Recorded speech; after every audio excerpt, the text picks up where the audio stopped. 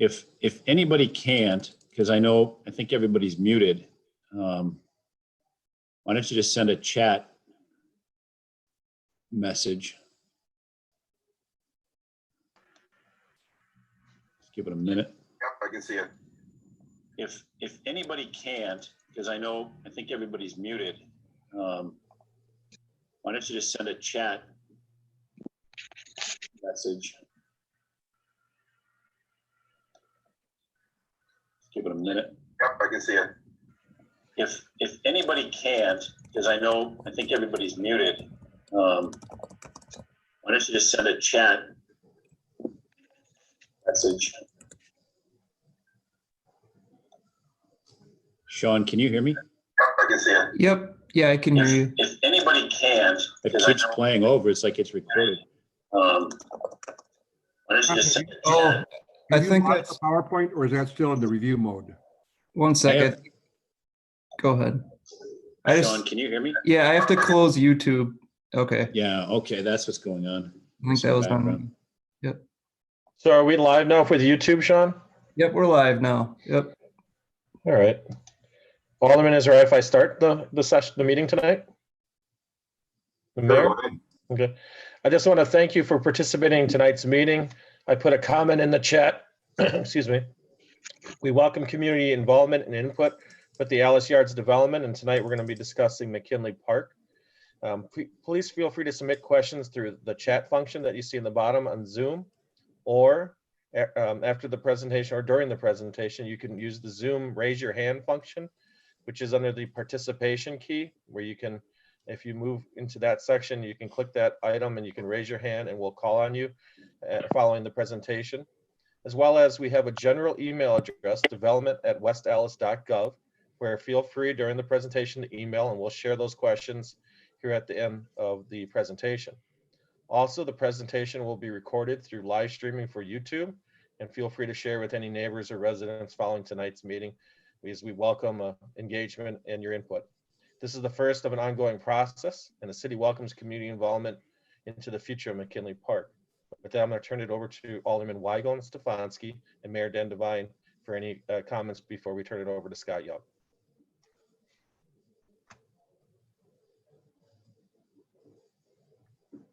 I don't have anything right now. Okay. I don't have anything either right now, but I will have some comments later. Okay. I just want to thank everybody for participating, and this is a first for probably all of us, if not most of us, but so far it's smooth sailing, and I'm looking forward to getting a lot of feedback from the neighborhood on this. I hope that if you know some of your neighbors that might not be able to attend or might have trouble figuring this out, that you would encourage them to contact us in a different way if they have ideas or concerns.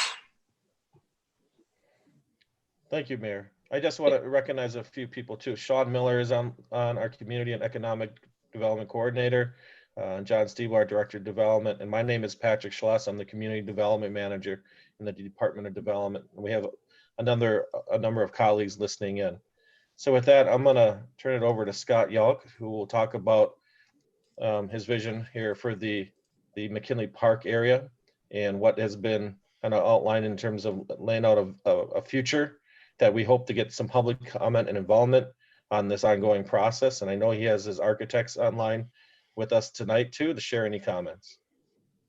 All right, thank you, Patrick. Good evening, everybody. Again, as the mayor said, this is a first neighborhood Zoom meeting I'm aware of. I know there's a lot of other Zoom meetings going on, but it may be a first in the entire area. So you're pioneers. I hope you're all staying healthy and safe during this time. Most of you have probably seen in some fashion the overall Alice Yards development, so I'm not going to go into kind of what's happening on the west side of the street, but you've probably seen a lot of the demolition going on and some of the progress over there.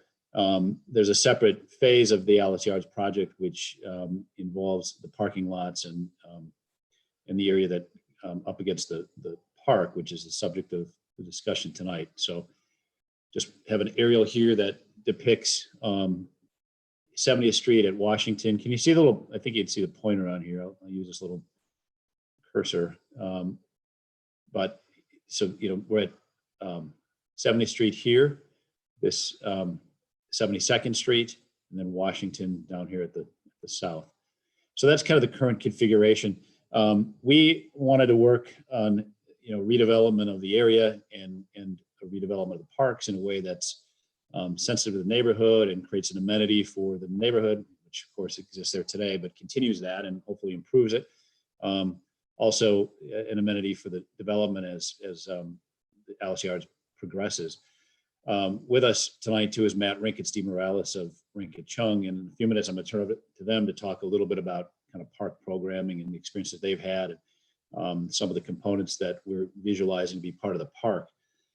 As Patrick said, or the mayor said, this is one of several future meetings. Just to be clear, there's nothing going to happen to the park for more than a year.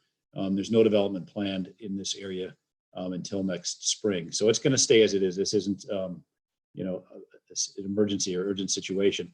But we envision, once we kind of go through how we visualize the layout of this, we would work with the neighborhood through a series of meetings to talk specifically about some of the amenities. And you'll see some of the ideas that we have, but it's really a neighborhood park, and it's up to you all as to what you'd see, some of that programming that you'd like to have there. So we'd like to go through some efforts in the future. Hopefully, maybe they're in-person meetings, but to talk about the types of amenities and get neighborhood input as to what they'd like to see there. So with that, I'm going to turn over to Matt Rinka and advance it to the next slide, which he'll talk you through. Hi, everyone. Thanks, Scott. We really appreciate everyone joining us virtually, and thank you to the city, Mayor Devine, and the aldermen for hosting us today. So what you see on the screen right now is a very conceptual layout for what we feel could be the future of the park, enhancing open green space, providing for a more usable, functional park space, as well as a park that enhances the future development of the parking lots to the east. One thing that you'll notice on this conceptual site plan is that the ballpark on the north end of the site would remain. It would be renovated. There's a underutilized parking lot that would be removed, and then there would be an enhanced connection to the Hank Aaron Trail, which is about a half block or so north of that corner. As you move south, what we're trying to do is trying to create really great activity zones within the park. So you'll see here new multi-use shelter, restrooms, potentially a new basketball court, a new tennis court as well. There is a 40-foot utility easement that aligns with the road just to the west. You can see that dashed in red. And that would all obviously remain as park space. Then to the south, as we move down, the idea is to create two different zones. So the more active zone on the north side, which we just outlined, and on the south side, an open green space that's a little bit more about rest and repose. And the idea is to create two different distinct activity zones connected by a linear park that's about 60 feet wide. And you can see that on the cursor. That would connect the two different areas of the park overall. And really the impetus for this was to create, if we were going to do a renovation of our park space, was to improve on the activities that could happen within the park, but also provide for different zones. And that's really what you're seeing as predominantly more useful park space within cities. And this is a great opportunity to look at park space differently. Still very usable, but really focused on activity and different kinds of activity and tying those activities together. Should I advance, Matt? The other slide has some of those bubbles. Yep. So you can see here just some of the activity zones that are being envisioned. Again, this is very preliminary, very conceptual. So we, would really want to engage the neighborhood and the community about what specific activities could occur. So obviously, the baseball field would remain. That linear park zone is where we think we have some of the greatest opportunity to rethink what park is. And the idea is that just really great places to get away from, say, the neighborhood in the city, but also to enhance activities that range from rest and relaxation to play and gather. And what we've tried to show, at least conceptually, is that the gather and most active components of the park are on the north end, really, furthest away from the single family residential neighborhood to the west. And then the more quiet sort of promenade space to the south is really up against the single family neighborhood, as well as the connector, which is that linear park space that connects those two. And that's really the sort of overall broad concept of how we looked at refining or revising this park area. A couple comments. That total green space right now, and this is measured from the curb because you got the terrace there, but reflects 3.5 acres. So it's a pretty significant size, and really was designed, like Matt said, to kind of tie into the overall development.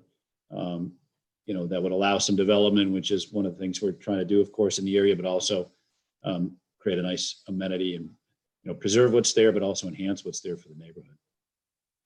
One thing that you'll notice on the south end of the site is the west end of the development, or would be connected to the east side of 70th Street.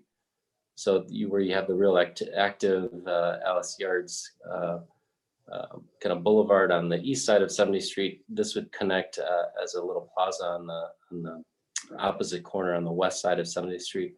And then you've got some green space that would connect to that green park. So the idea was to create some connectivity that's obviously bordered by great uses like office and retail, but to create as much green space that surrounds and abuts the single family neighborhood to the west.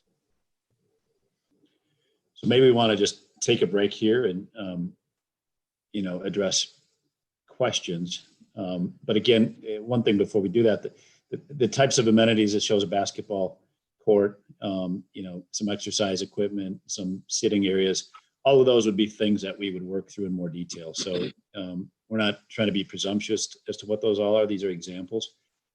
We would imagine, working through an exercise with the community to prioritize what those types of amenities are, what's desired, and so forth, and refine this. So this is not intended to be the final design, but we're really trying to kind of lay out the area that would be the park areas. That's correct. Yeah, the what actually goes into the park would obviously be, up to the neighbors and to the community.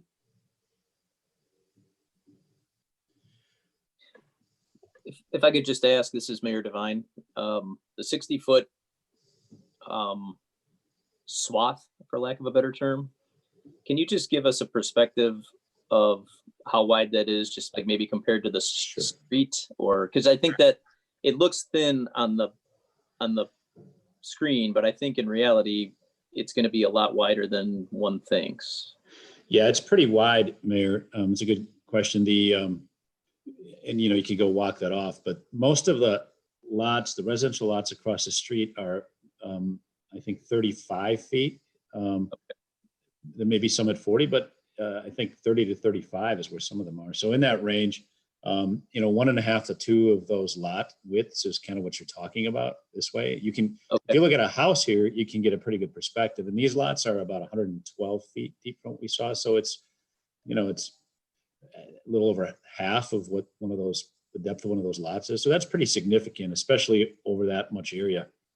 This 3.5 acres, we looked at the average lot size of the lots across the street. This whole area makes up about 43 typical lots that are over there. So it's pretty significant. It's a big area. Thanks. And even, I guess, as a great sense of scale, if you look at the road, that's, that it abuts against, that road is about 30 feet wide. So the actual roadway, this is about twice the width of the actual roadway that's there currently. Thanks. Question for clarification. I thought so are we talking about 60 feet from the curb line or 60 feet from the sidewalk? Because I thought we were talking about 75 feet from the curb. This previous conversation. Yeah, you're right. It's from the curb. We played with that, and we're starting to run into issues on, traffic circulation on the other side with that. So it got tighter than we thought to try to compress that much more. But I think if we, could stake it out and get a sense of what that looks like. I think we also, though, Alderman, we might have brought this up a little bit more as well. And then this also, right now, the park ends about here. So we did extend, that area a little bit larger. Yeah, I was going to comment on that because I remember an iteration that I saw earlier that southern bulb was square, and now you've extended it to the east. I understand Correct. Yeah, that. quite a bit. Yeah. But I'm still concerned about the setback because I actually went out last week with my daughter and we put some pin flags in the ground at the 75-foot mark. So if you go out there, you'll see there's maybe 3 or 4 pin flags that at the 75-foot point, because that's what I thought we were talking about. And yeah, that's what I've been telling people. And now I'm finding you're chopping off 15 feet, which is only 15 feet, but it's 15 feet. Yeah, I mean, it started to get into the circulation here. It's still, if you look, the scale of anything here, right at the front, we stepped down to 2 stories. Most of the houses across the street are 2 stories, and with a gabled roof, in many cases, are almost 3 stories tall. And the setbacks on those are, what are they? They're nominal. I mean, 10 or 20 feet. Maybe 5 feet from the actual sidewalk. From the sidewalk. So, so if you look at creating, we think from the function of what it's intended to be, for this linear park, it's actually pretty wide.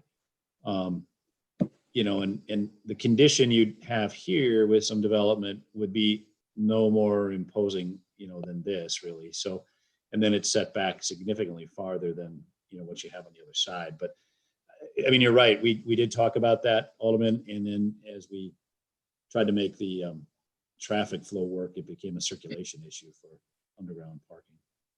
Just one other question too. It was in the chat. I don't know if you caught it, but somebody, iPhone Lawson said, "Is there a playground area?" And I was wondering about the possibility of a playground or even maybe a splash pad, like a zero depth or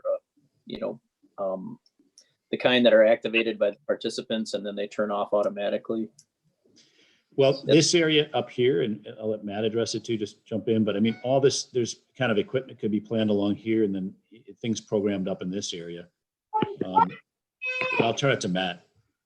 Okay. Yeah, one of the great things about some of the linear parks that you're seeing a lot of cities develop, the ability to travel from one point to another also gives opportunity for fitness stops within kind of a linear park setup, which, for a lot of cities, they're finding much more useful rather than going to one spot. The ability to take a dog on a walk or take your bike through the park, as well as or the ability to run and stop at certain exercise spots or certain playground areas. I think this kind of concept can really open up a world of possibilities for what could occur along that linear park space, especially, and certainly, of course, adding playground elements next to the ball field. We haven't tried to be presumptuous about what the community and the neighborhood would want to see in the park, but the idea was to create a concept that would allow for a lot of those sorts of activities to occur, again, based on what the community wanted to see. It's fair. Hey, Scott, real quick question. Last time Marty and I were in a meeting with you guys, we were talking just under 3 acres, correct? Where did you, is this on the east end and the south, where you increased the acreage? Is that where you're talking? Well, just so we're not misrepresenting anything, I mean, those numbers were, always kind of ballpark numbers, and the actual, so there's the property line and then there's to the curb, right? So if we go to the curb, we're about 3.49, 3.47, which, I think is a fair way to treat that all as green space as part of the park. If you're talking about within our property lines, then it's like 2.95. So, but we did add some down here. You can see currently, like I said, I think it ends around where the parking lot is. So this area is added. Okay, thank you. And somebody did chime in on chat. There was 2 things that were said. One was, so what are you thinking for a future development area was one. And then another comment was made that says small yards make the park space more important. Sure. Yeah, we agree. I mean, as to the park space, we think it's, we've programmed it into the development here and the continuation. I mean, we think it's great for the community and it's a nice amenity for everybody. So we agree with that comment. As to plans in here, we can jump to a slide in a second. Maybe before we do that, I just thought if we could address any other questions on the park components. Again, this is really step one, specifics. We would commit to work with the neighborhood through a process to really identify what those things are. I mean, there's got to be some budgetary limit, but we can prioritize and work within that. There was one more comment before we move. In there? Is that a full Yeah. size? Oh, yeah. Hi there. This is Patty. So I was wondering, are you referring to the MATC parking lot where this development would be? And also from in the past, speaking with many neighbors within Fairview Park, I know one of the things that they really, really want is also to keep a playground area for the children. That could have changed or whatnot, but I know that was really important to a lot of families in this area. Sure. Yeah. Playground. Absolutely. And this area, again, you can see, it gives some sense of scale here. This is a full basketball court. So you can kind of see how much size that is here. This was a shelter with restrooms, and there's all this other area that can be programmed. There's an easement there if I go back, but I think we could, playground equipment could probably be over the easement. I'm not sure, but we've got the city guys who could tell us, or there's room in here. So, and again, throughout, we envision those being some kind of components in here. So the short answer is yes. And we'd work with the neighborhood on coming up with what, what specifically those elements would be. Okay. I was going to ask before I forgot about the baseball diamond or Matt, is that a full-size diamond or a little league diamond? I believe we were enhancing the diamond that's currently there. I'm not sure if it's a full size or a little league currently. Okay. I think it maintained the size that's there today. Yeah, that's correct. Thank You you. just shifted it. There was Alderman Stefanski. There was another question, I think. Yeah, it was, that one was, let's see here. What are you thinking for the future development area was a question. Yep. Okay. We can jump to that. I thought if there was anything on the park, we would just. There actually is one more that just came in on the park. It says, so the historic field house will be torn down. The field house will be removed eventually, but yes. And if I could add on the plan for the park, now understand we're living in unusual times here with this Zoom. Marty, we're having a hard time hearing you unless it's mute, but. Is that better? Yes, sir. Yeah. Okay. On the plan for the park, we were hoping to have this meeting face to face with everybody, but we've had to resort to this Zoom meeting. But it's my understanding that we have approximately $10,000 in our development budget to help design the park, again, with the input from the neighbors. We are not deciding today, or even this week, or even probably in the next several months, exactly what the park uses will be, or it might not even be a baseball diamond. I mean, then we're going to leave that up to the neighbors and the residents to help decide.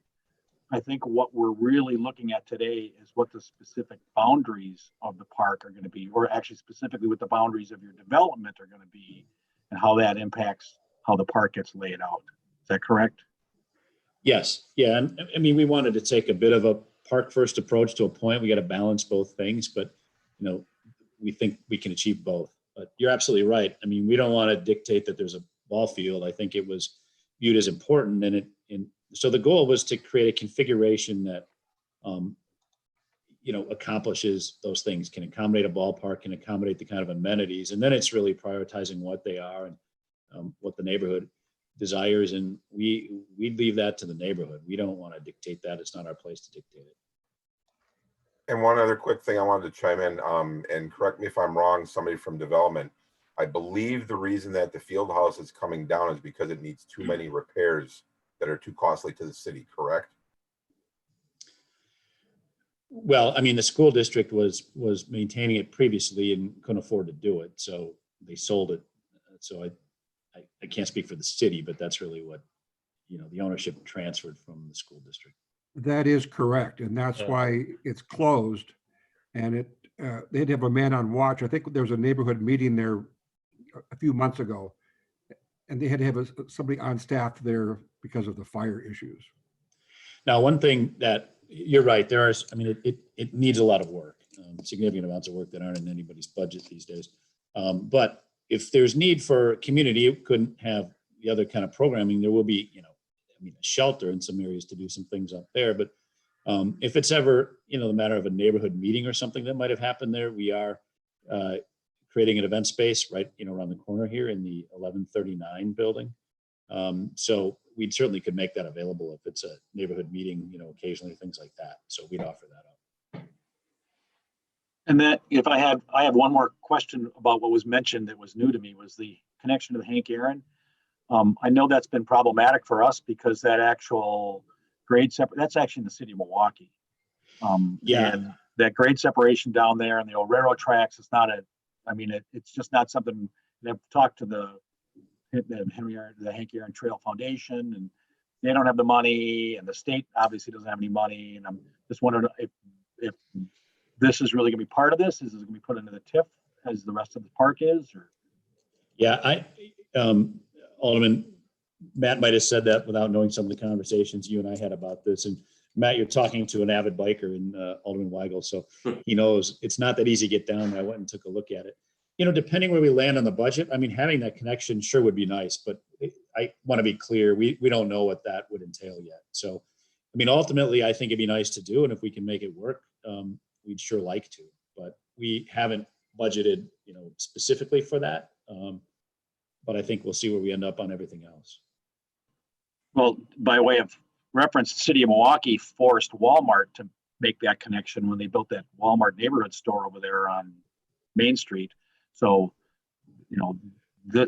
I'd like to see this in there. I don't know how important it is to everybody else, but it would, that people use that to drop down in there. Yeah, well, I would sure think if we could. I don't want to, the city has a process to go through, but there is a component of this project in the TIF budget for park improvements. We don't know what we're going to total, but if we can create the increment to make that happen, we'd sure like to see it. People love that, the biking connections. So we're in favor of it if we can find a way to make it work.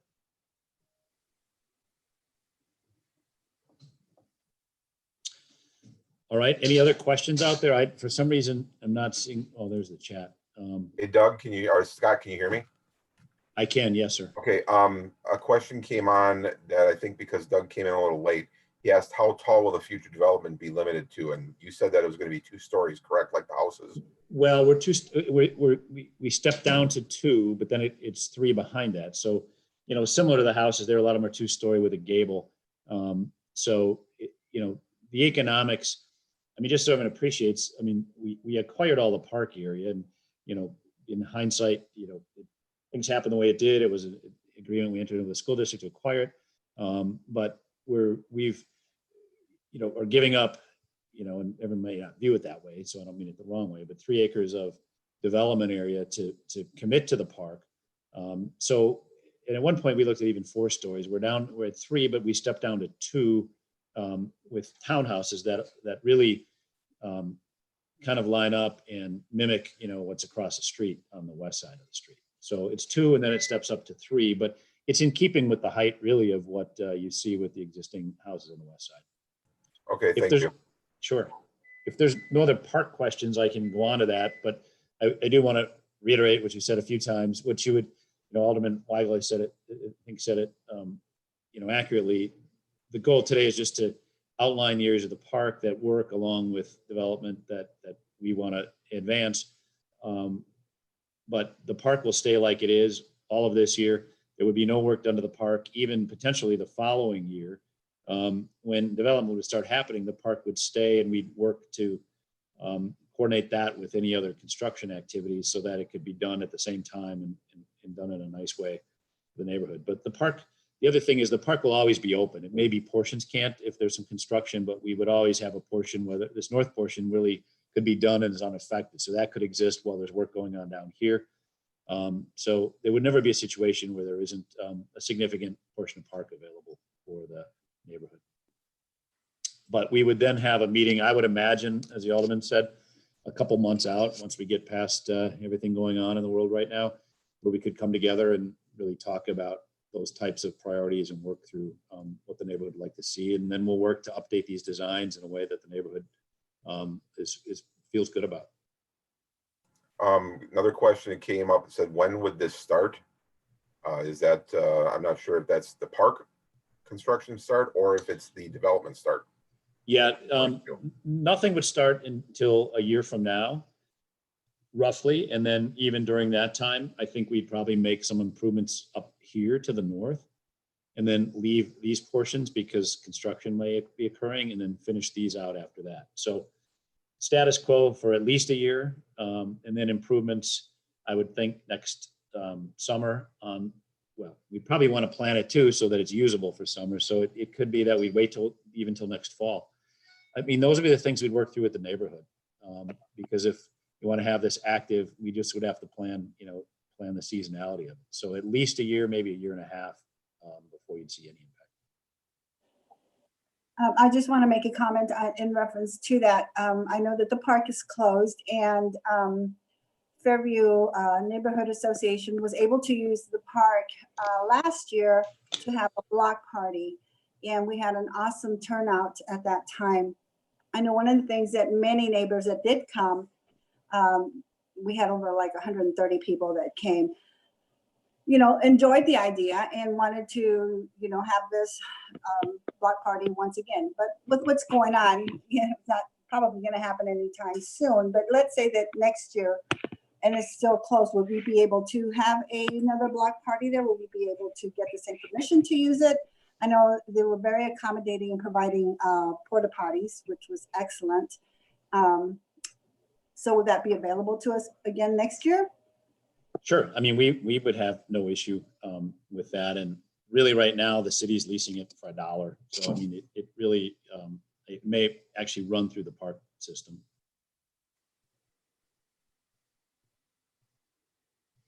Any other questions on the park?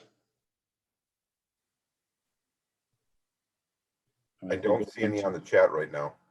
Okay. So we'll go on This is to Patrick. I have not seen any emails come in either, so. Okay. So we kind of show here what would be the outlines of some development. Again, we haven't gone through the detail of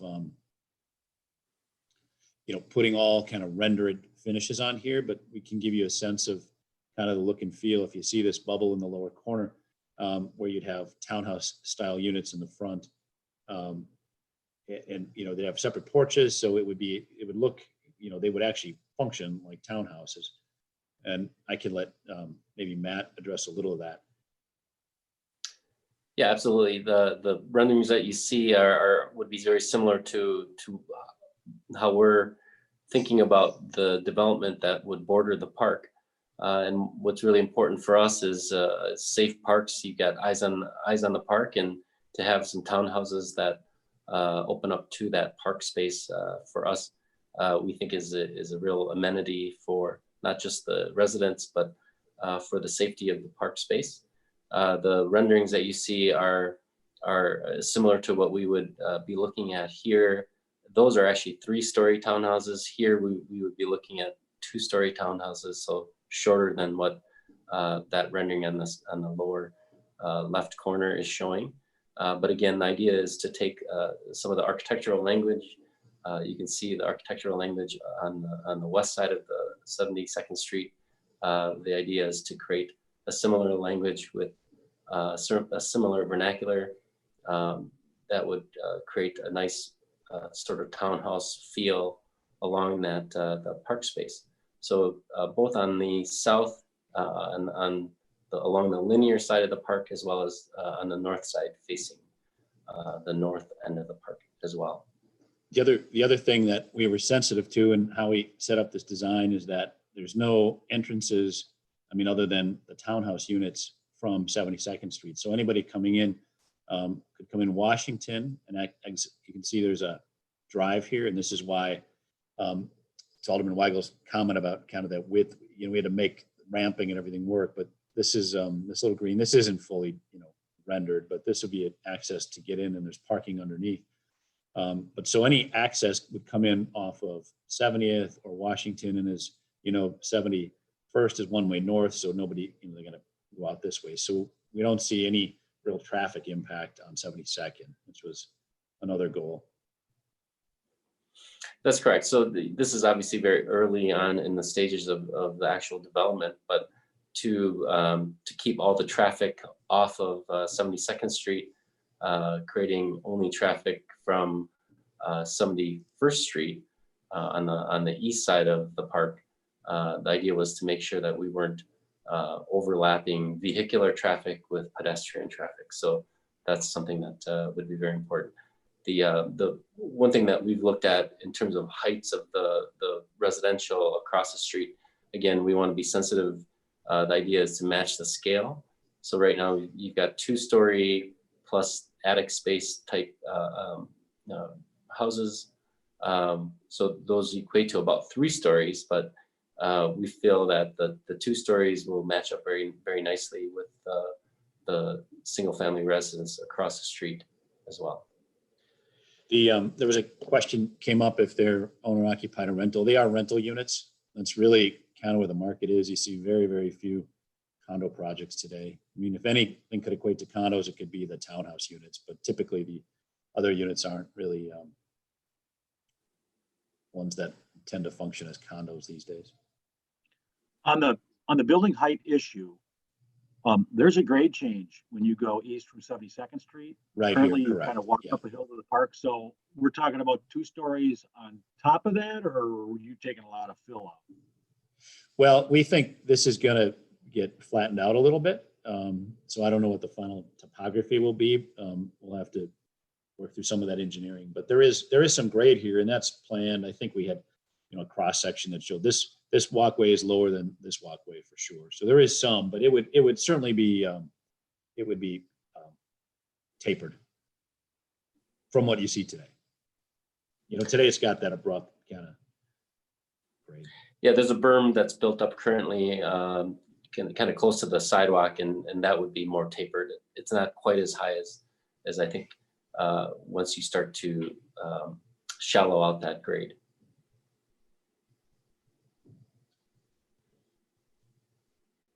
So if there's other questions, we're glad to take them. And, you know, if people have questions afterwards, you know, you can email the city. And if there are questions for us, we're certainly glad to respond. We're in pretty regular contact with city staff and can get back quickly with answers. I'll just go back here, and, you know, we can make, if anyone wants any of the, you know, we can make some of this available too through whatever format the city would like. Is there a way you can send me these screenshots, Scott? Yeah, we can send, it's like a PDF if that helps. I could. That'd be do perfect. that. Yeah. Yeah, okay. Thank you. You're welcome. I may actually was going to say, send them to the city. I wonder if, should I do that, or Sean, do you have, it's just your email like on the website, right, Alderman? Yes, exactly. Yes. Okay. Yep. It's on. Yep. I got it. I'll take care of it. Other questions? All right, I'll turn it back to Patrick if there's any concluding remarks. I think that Patrick, I am here. Oh, I was just looking at the participants to make sure no one had their hand raised. As we've suggested that, and I'm also checking my email. I did not receive any emails, and you guys have been monitoring the chat section at the below. Again, this is the first. We hope more discussions, and we welcome the neighborhood and Fairview Parks Neighborhood Association to be involved in the discussion of how the McKinley Park gets programmed here in the future. And thank you to Alderman Weigel, Mayor Dan Devine, Alderman Stefanski for hosting this tonight. I mean, this is probably the first neighborhood meeting we ever did virtually. And it probably won't be the last, but it's definitely a unique way to present information quickly to the public. yeah, And I also- on behalf of Cobalt, I want to thank the neighborhood. Again, we're glad to continue, the dialogue and work through this to create a great amenity for the neighborhood. I think it went well too. It gave people a chance to take a look at everything. So thank you very much. I'd like to applaud Scott and his team too for putting this together quickly and working with this Zoom format and be able to share. We'll be putting this YouTube session online, and then we'll have this information. We can get this to the aldermen and they can share with the Fairview group as well. I see a question has come in. Will there be income requirements in the development? Asking if that's affordable or income-based housing. Yeah, no, it's just market rate housing. It's not, there's not an affordable housing component to it. Patrick, if I could just make a comment on process here. I did have one person ask me why we're rushing this. I said, well, actually, we're not rushing this. We had always planned on having a neighborhood meeting and understand that it's time where we are. But we do the common council, the new common council, which we start work tomorrow with the new council being sworn in. We do have an agenda item on Wednesday that the council will be voting on. It's an amendment on this development plan, which is going to essentially approve what we're looking at here for the park boundary, if I understand it correctly. And and that's why, and that was always scheduled. I mean, this was always a process that was going to be edited and modified along the way to suit the needs of the neighborhood and the developer and the city, and that's why we're doing this today and not going to wait maybe 6 weeks for an actual in-person meeting. But the council does need to move forward on this. So that's why we're doing this today. And I'd like to thank everybody who took the time to chime in tonight and pay attention. If you've got a door tag on your house, my phone number is on there and Alderman Stefanski's number is on there. Our emails are on there. Feel free to reach out to us. My phone's on mute right now, but give me a call. I'm gonna, like many of you, I'm gonna have dinner right after this meeting. And again, I want to thank Scout Yuck and the developer and Matt Rinka from their respective companies, Cobalt and Rinka, and our staff for helping put this together. Thank you. Yeah, I agree. Great. Thank you very much, everybody who participated, and thanks everybody for helping make this be successful. Thank you. And then lastly, I conclude, feel free to send any more emails or make any calls to staff here at the city. We'll gladly answer any questions or concerns you may have. We're always available. Thanks, everybody. Good night. Thanks, everybody. Have a good night. Good night. Good night. Stay safe.